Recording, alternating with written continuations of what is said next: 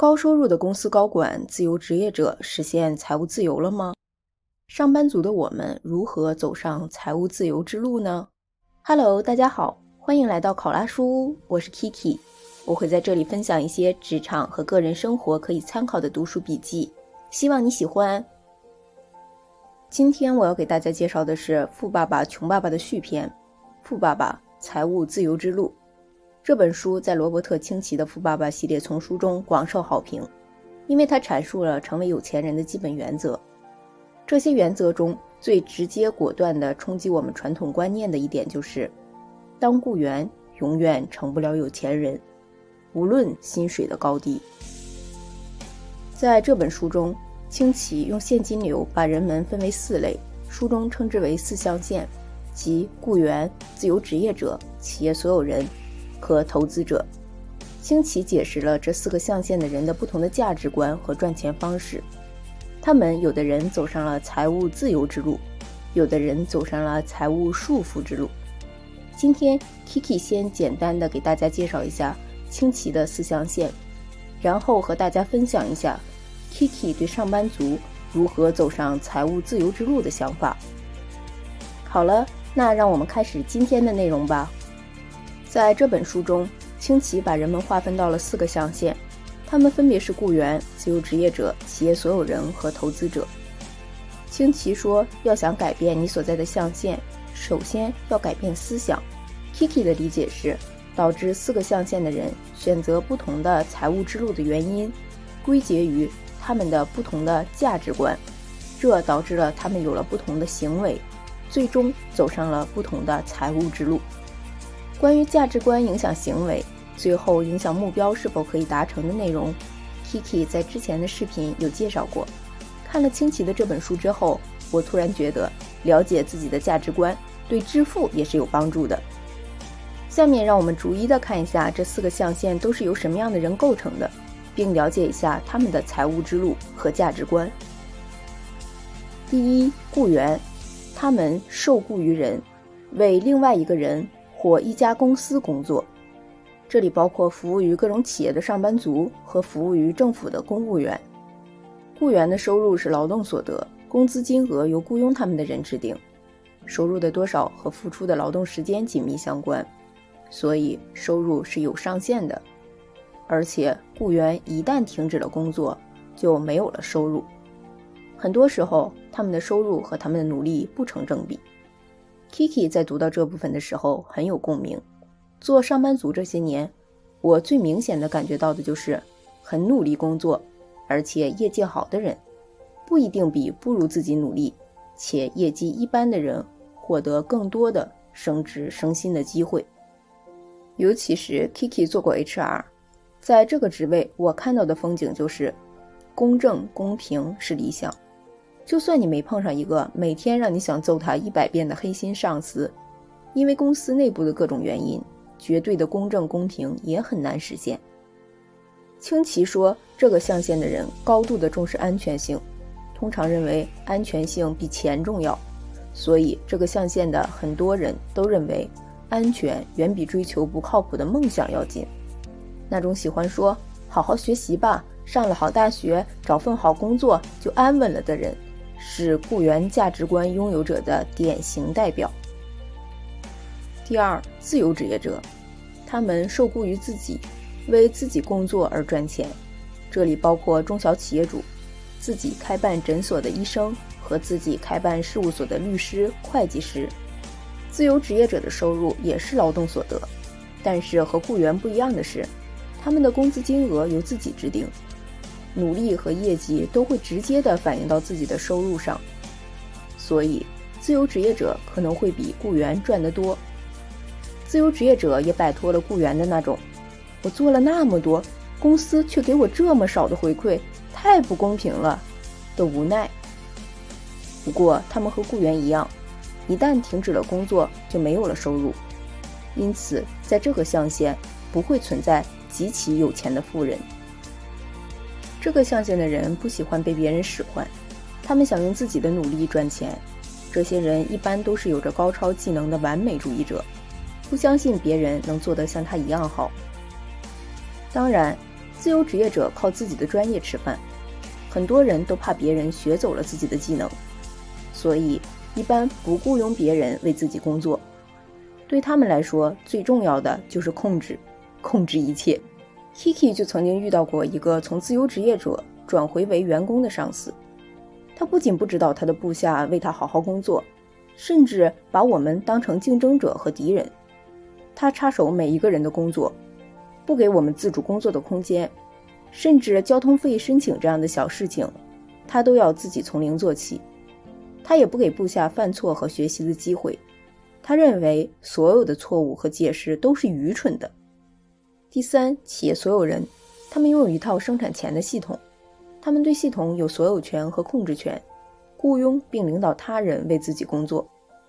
这里包括大企业主，靠租赁不动产获得收入的不动产投资商，通过写书写歌获得版税收入的人。企业所有人在最初创建系统的时候需要付出很多智慧和努力，但是系统一旦建立，他们就自由了，因为企业所有人不用每天亲自参与到系统的运行中去，他雇佣的员工会为系统而工作，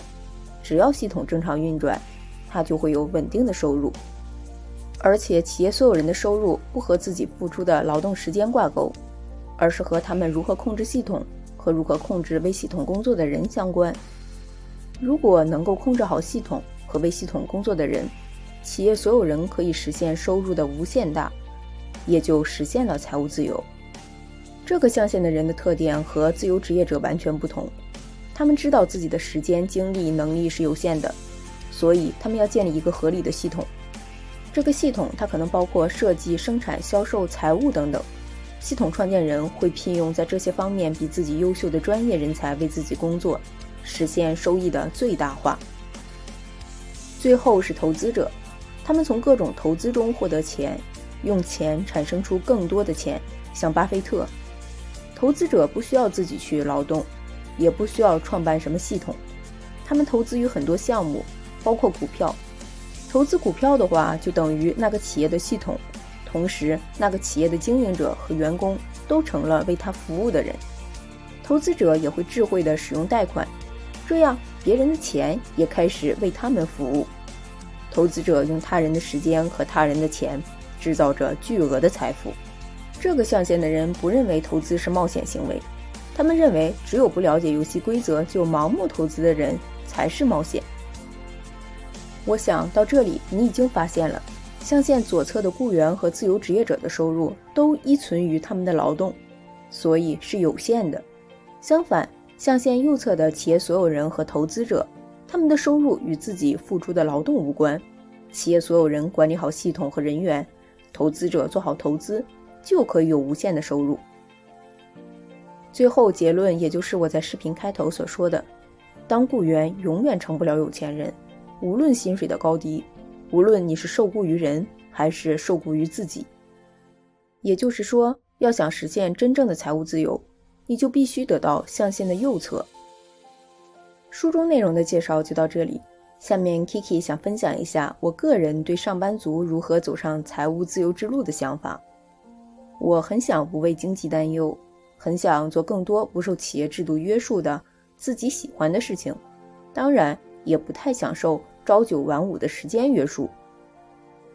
最初总是觉得该想个什么方法多赚点钱，于是开始考虑副业和投资，